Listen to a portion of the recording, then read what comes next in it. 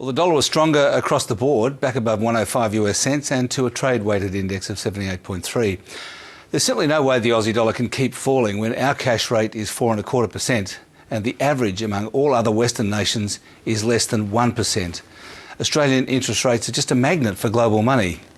The share market went sideways today with rises by the banks and retailers offsetting falls by the resources stocks because investors are still a bit worried about China.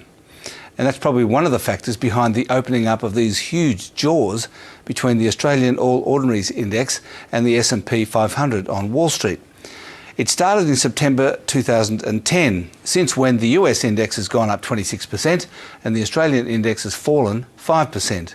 During that time, the Australian dollar has gone up 14%, but that's not the only reason for the jaws. Corporate America is simply in better shape than corporate Australia.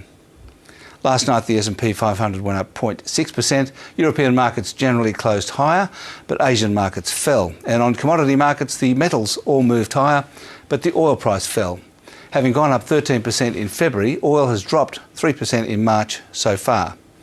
To finish the week, a very interesting bar chart of budget contractions around the world, what they call fiscal consolidation.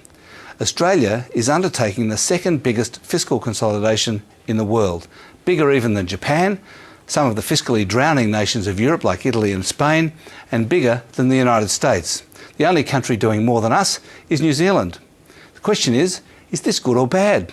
I guess that depends whether you're talking politics or economics. And even then, I'll be back on Sunday at 10 a.m. with Inside Business. Till then, that's finance.